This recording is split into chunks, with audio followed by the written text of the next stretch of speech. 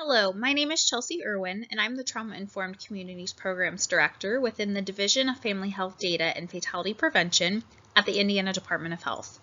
I oversee the Handle with Care program for Indiana and work alongside my team to support communities just like yours to implement the Handle with Care program to support children who have been exposed to a potentially traumatic event.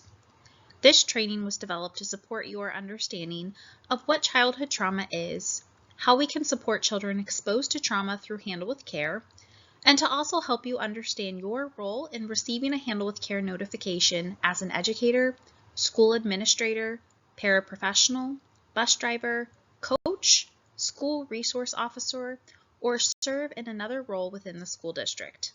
At the end of today's training, there will be a short 5-question knowledge check to capture your attendance and participation in this training. The Indiana Department of Health's mission is to promote, protect, and improve the health and safety of all Hoosiers. And the vision is that every Hoosier reaches optimal health regardless of where they live, learn, work, or play.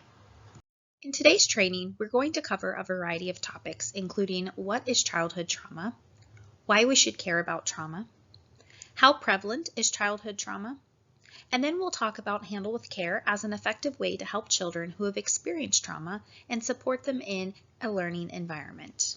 We'll round out the training talking about the next steps with Handle with Care and some simple strategies that can be implemented within the classroom to help support students. We commonly refer to childhood trauma as adverse childhood experiences, or ACEs. Trauma early in childhood can have detrimental effects on a child's overall development and affect opportunities throughout life.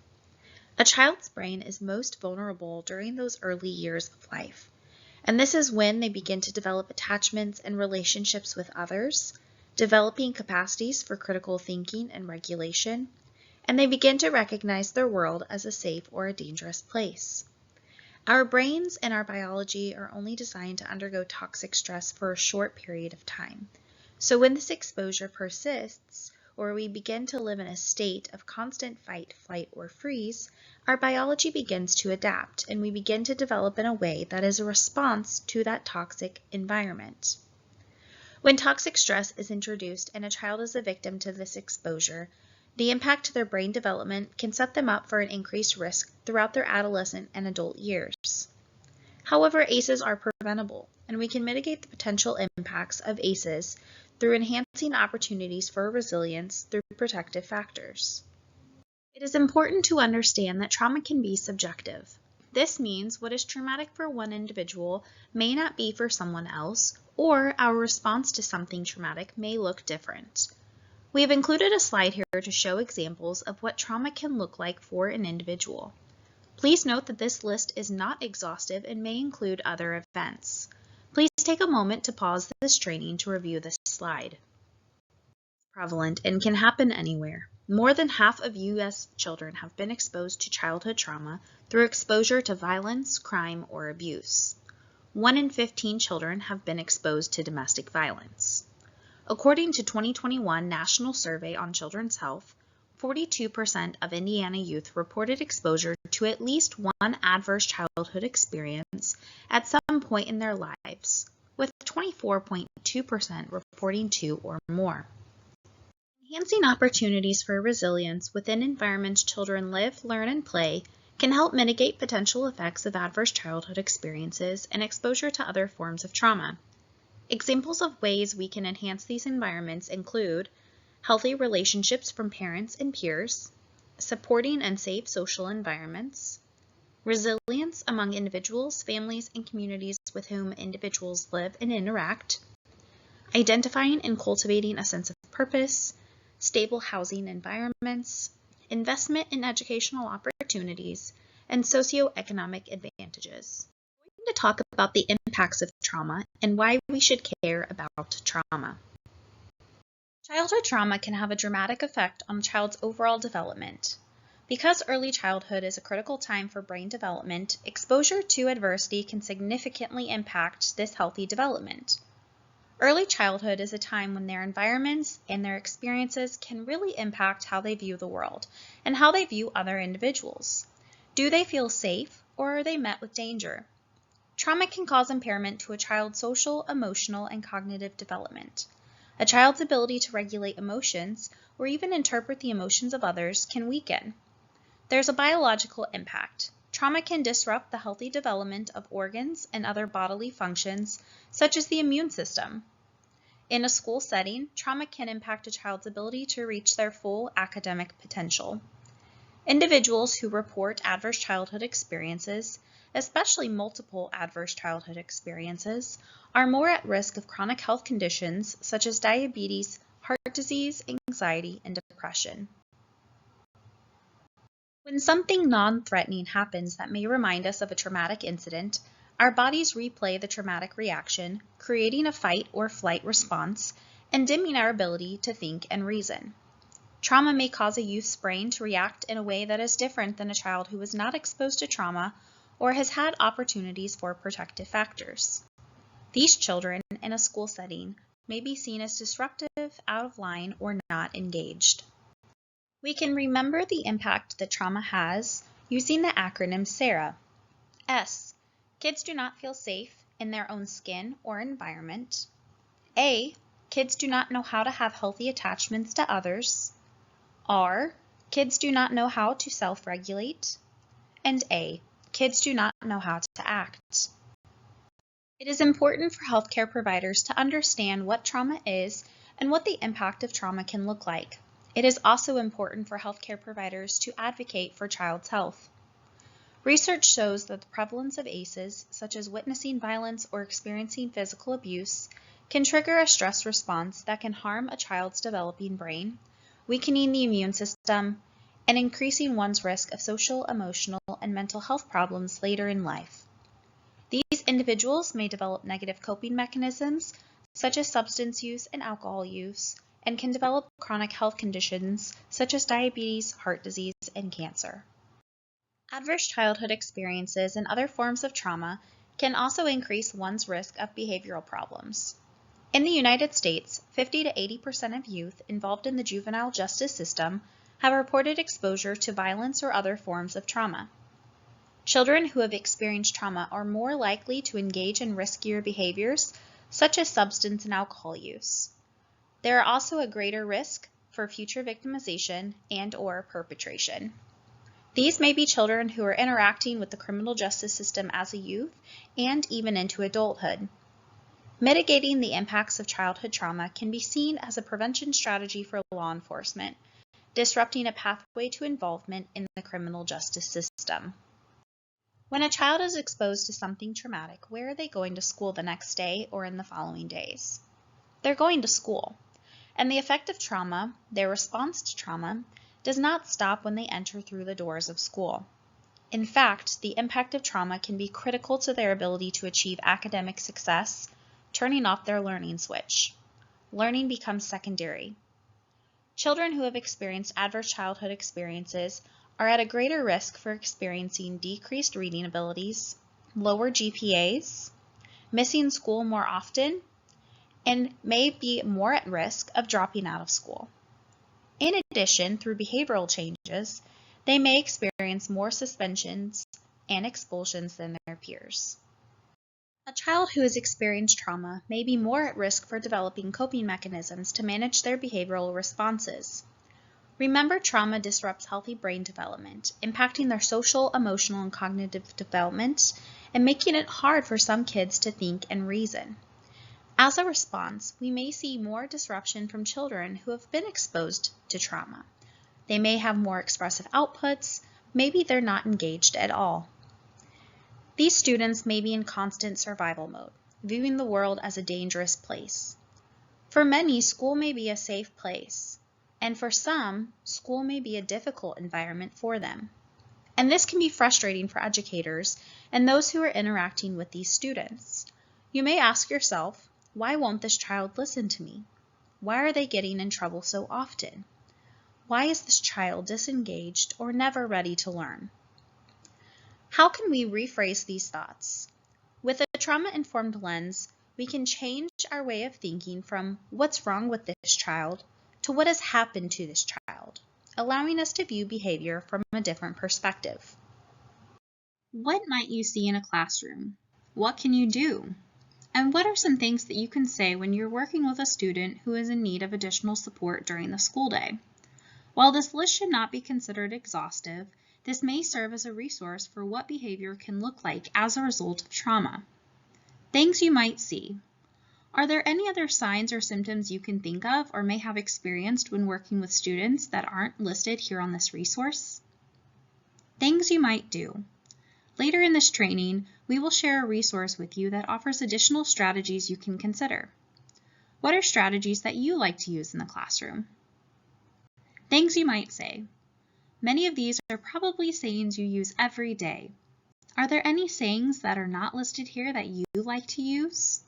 Are there any you would like to incorporate more during your day?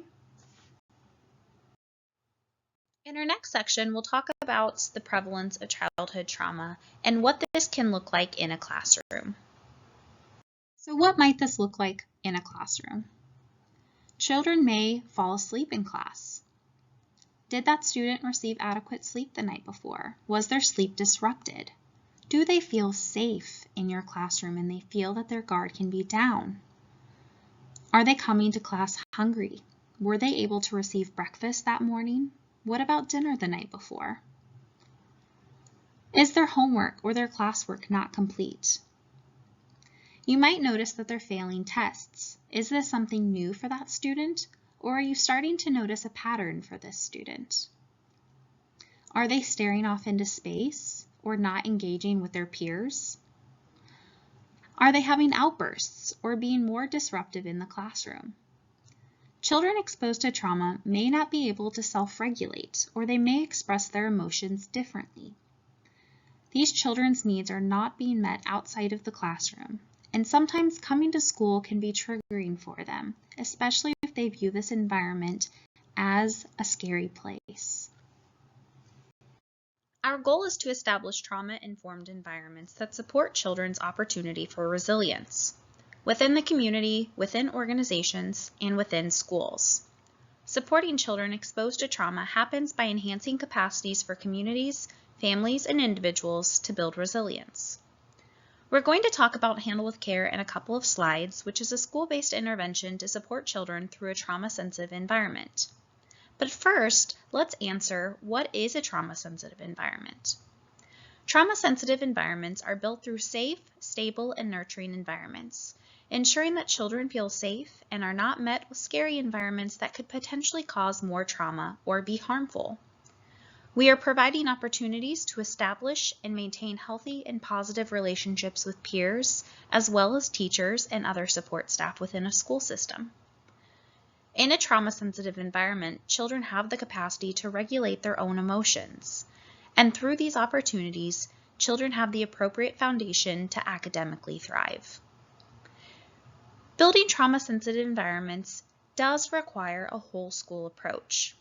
Every single individual, from bus drivers to librarians to staff and administration, it requires everyone to play an important role in children's lives and creating positive interactions where we can positively impact children regardless of their trauma experience.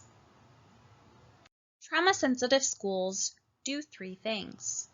1, they realize how ACEs impacts a child's development and their ability to thrive and live a healthy life. 2, recognize how trauma impacts behavior. And 3, responds through a trauma-informed lens to enhance capacities for resilience and avoid further harm. As previously mentioned, creating a trauma-sensitive school requires a whole school approach.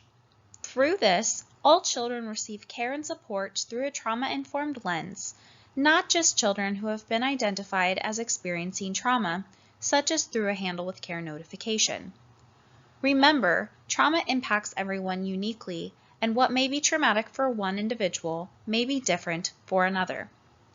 In order for all children to benefit, all staff, administration, and support staff should be involved in process development and improvements, in conversations, and in trainings to create a common language around trauma-informed supports.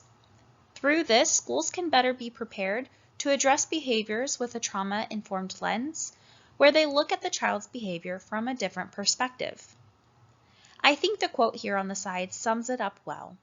When little people are overwhelmed with big emotions, it is our job to share our calm and not join their chaos. Now we will talk about the Handle with Care program as an effective way to help children who have been exposed to trauma. Adverse childhood experiences can be preventable through increasing opportunities for resilience, building spaces for protective factors. We can mitigate the potential effects of this toxic stress. We may begin to identify opportunities to increase equitable pathways for youth and their families to be further supported by their community through identifying opportunities of risk and mitigating the outcomes. One way we can do this is through school-based prevention programs. Trauma can happen in the home, in schools, and within the child's environment. When a child is exposed to trauma, they are most likely coming to school in the next day or in the following days. They may view their environment, maybe even the school environment that they are in, as an unsafe place, a place that can contribute to the triggers that can create a response to trauma, rather than viewing this as a safe place that reduces any potential for re-traumatization. Building trauma-sensitive schools, as we've previously discussed, can help to create safe, nurturing environments where children go, and rather than learning coming as a secondary priority to them, we can keep that learning switch on. We meet the needs of the child, providing opportunities for emotional and behavioral regulation, and connect pathways for intervention as needed. The Handle with Care program enables law enforcement to send a confidential notification to a child's school when they have been at the scene of a potentially traumatic event. This helps to provide a heads up to the schools and allows them to support that student with trauma-sensitive support when they return to school. The Handle with Care process is a simple process used to make a confidential notification alerting school staff of a child who has been witness to, victim to, or involved with a traumatic incident the night before. Law enforcement and other first responding partners play an important role in sending the Handle with Care notification. The information collected for the notification includes the child's name, age, and the school they attend. The notification is sent by the first responder to a designated school point of contact. This notification should be sent anytime a child is present and should be sent before the start of the next school day. Schools serve as the recipient of the notification and will alert school staff of this notification. Schools support students in the classroom to ensure we are supporting children and avoiding re-traumatization or causing more harm through interactions. Through the use of a trauma-informed lens, we should ask ourselves, what has happened to this child, rather than what is wrong with this child. The third component of this program is mental health. It is understood that there may be students who do not respond to classroom-based strategies or interventions and are in need of additional supports. Schools will work with a mental health provider to support students and their families should a referral for services be necessary. Schools partner with their local first responding agencies to receive a Handle with Care notification anytime a student is witness to, victim to, or involved in an incident where first responders were present. Identifying our most at-risk students will help us to support them in the classroom and ensure we are approaching them in a trauma-sensitive way without adding to their chaos. Anytime police or another first responder encounters a juvenile at the scene, a notification will be made to include those students. This notification may be made by a first responder and will only collect the student's name, age, and school. No information about the incident will be shared with us through a Handle with Care notification. It is encouraged that all first responding partners make a notification regardless of the incident. Remember, trauma can look like many things, especially for a student. Trauma is subjective, and simply the presence of law enforcement can sometimes be traumatic based on previous experience. It is important that any time an officer or another reporting partner is unsure whether a notification should be sent, then one is sent anyways. This allows for us as a school partner to ensure that we are observing the student's behavior, knowing that the child was involved in an incident that involved a first responder present. Each school district will designate a point of contact to receive the Handle with Care notifications. When your school district's point of contact receives the Handle with Care notification before the start of the next school day, their role will be to send out the notification to only staff who need to know. This means that if you are meant to receive a notification, you could expect an email to be sent that may say, Johnny Smith, Handle with Care, for example. This is all of the information that you will receive. Only staff who should be aware of the notification will be notified. This is to ensure safety of the student and reduce any opportunities for additional information to get back to the student or other students or others who could cause harm with this information. Depending on the school district, this notification may go to teachers, administrators, the school nurse, mental health and counseling staff, coaches, bus drivers, support staff, or anyone who has a special relationship with that student. All staff should be aware that your district participates in this program, and you should be knowledgeable of how to appropriately respond if you should receive a notification. Should you receive a notification, your role is to simply observe the student's behavior. This serves as a heads up that this student was recently a witness to or a victim to or involved with something that resulted in first responders being present. No information regarding the incident will be given as part of the Handle with Care notification, and should that information be received by the school, it will be at the disclosure of the administration staff or who would be familiar with the details. Specific to receiving a notification, you will only receive that student's name and the words Handle with Care. Do not approach the child to inquire about the incident. Do not ask questions or try to get more information out. The student may not be ready to talk about what has happened and may still be processing. Simply observe their behavior and remember that this isn't a troubled child. This is a child who has had something potentially happen to them. This student may exhibit changes in behaviors in and out of the classroom. Please remember, should a student experience a crisis moment, please seek supportive care from the principal and the school mental health support staff, or another designated point of contact at your school per your school's policies and procedures. Never leave that child alone. Your district's administration will offer district-specific information on Handle with Care upon program implementation. This is an example of what a notification process could look like. Remember that a first responder will be the one to initiate the Handle with Care notification. They will send the notification over to be received by a point of contact designated within your school district. That point of contact will then send that Handle with Care notification out to only staff and individuals who need to know. How can Handle with Care support different ways we support students through different strategies? Highlighted in green, we have an example school that does not have Handle with Care and might not have as much awareness around trauma and the impact it can have on their students. A student comes to school and is missing their homework assignment. What is not known about this student is that their family was disrupted in the middle of the night due to a traumatic incident, resulting in the student spending the rest of the night at their grandparents' house. In a rush, the student quickly grabbed what they would need for that night and the next day, and in that rush, their backpack was left behind. When getting ready for school the next day, the student is tired and his nervous system is heightened, especially recognizing he is without his backpack. The student enters the classroom and when arriving to class is asked for his homework and the student becomes agitated. This is only an example and the situation can look very differently for many students and educators. Let's look at a school who has Handle with Care and has received a notification on the student because an officer sent a notification after the incident during the night. The school was able to receive the notification and forwarded this information to the student's teacher. When the student enters the classroom and is unable to turn in their assignment, the student is met with options to turn in the assignment. The teacher asks if the student would be able to turn in the assignment if they were offered an extra day to complete the assignment, or if they would like to take time during independent work study to work one-on-one with another student or with the teacher to complete the assignment.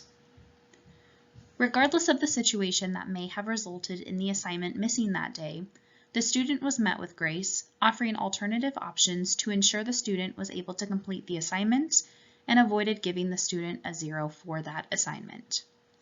Feel free to pause this training and view the other examples. Remember, these are just example scenarios. Handle with Care can help in a variety of situations and offers grace or opportunities for intervention to support the student's best needs.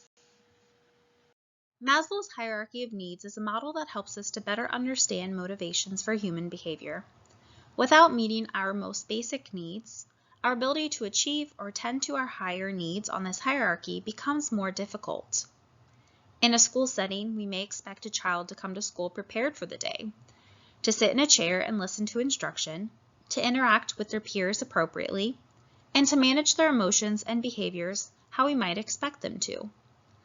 However, this is often not the case, especially when their most basic needs are not met. Remember, a child who is unregulated, who has experienced trauma, and may be coming to school the next day, they're managing big emotions and learning becomes secondary for that child. We can help them in meeting their basic needs and providing a safe space for them where they view their environment as a less scary space. The way one might react to trauma can widely vary. As we have reviewed what the impacts of trauma can look like, we may see some students who are in need of no support, some students who are in need of accommodations during the school day, or some students who are in need of additional supports that extend beyond the classroom.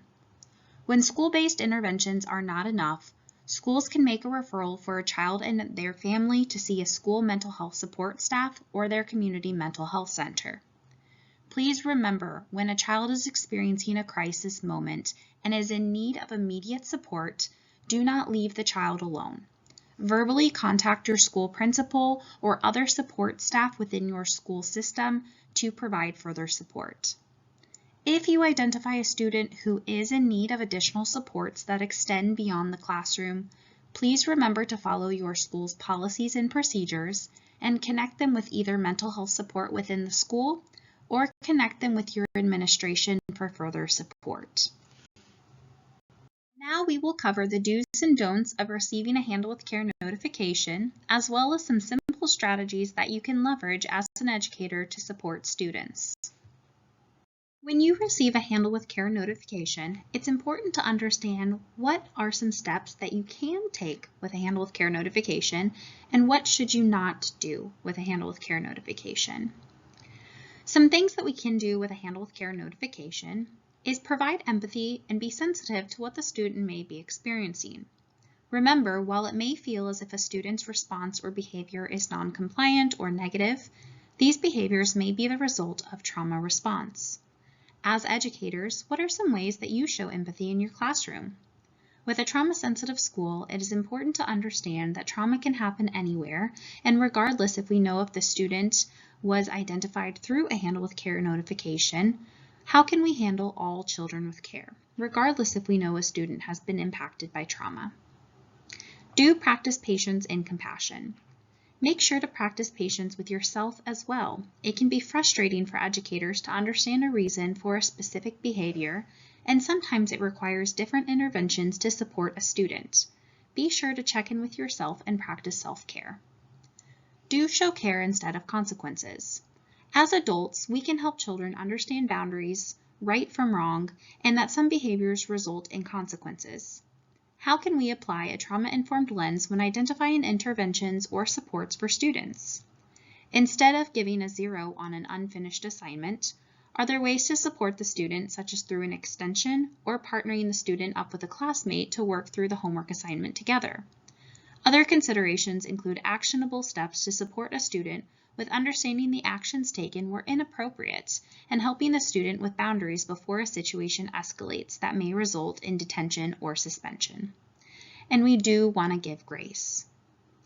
We do not want to ask questions or play the role of the investigator when we receive a Handle with Care notification. We also want to make sure that we are not discussing the Handle with Care notification with the student or with others.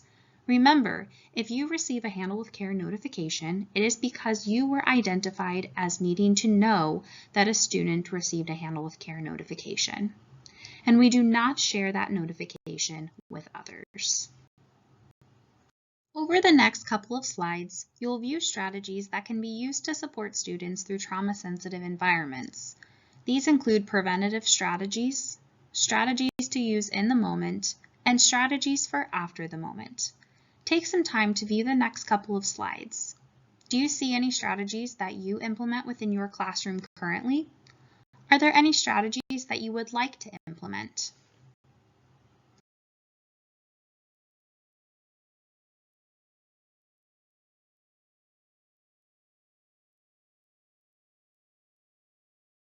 The Handle with Care program was developed to identify our most at-risk students, those who are exposed to childhood trauma at home and in their communities, and enables a stronger collaboration with our community first responders to best support students who are coming through those school doors and working through really big emotions. The impact trauma can have on students, as we've gone through in the first part of this training, can significantly impact their ability to academically thrive in a school setting and places them at a higher risk of developing adverse health outcomes. Schools offer a unique environment where these students, regardless of the trauma that they may be experiencing, are coming to in order to learn. How can we help to support them and ensure that they make it to graduation? How can we help to support them in a better environment where they feel safe? Through a confidential notification, teachers receive a heads up that a student was witness to, victim to, or involved in an incident where a first responder was present and may need extra support in the coming days during school. This allows, through this opportunity, to observe their behavior from a more trauma-sensitive lens to best support them during the school day. When we identify our most at-risk kids, we can identify unique needs to best support them, and sometimes that may be in the form of mental health support or additional community supports. Through this enhanced collaboration between first responders, schools, and our community, we can all come together to best support youth and ensure we are meeting their needs to the best of our abilities, ensuring they grow up to live healthy lives through our efforts to enhance opportunities to build resilience. Thank you for viewing this training on the Handle with Care program. Please complete this knowledge check by scanning the QR code on the screen with your phone's camera.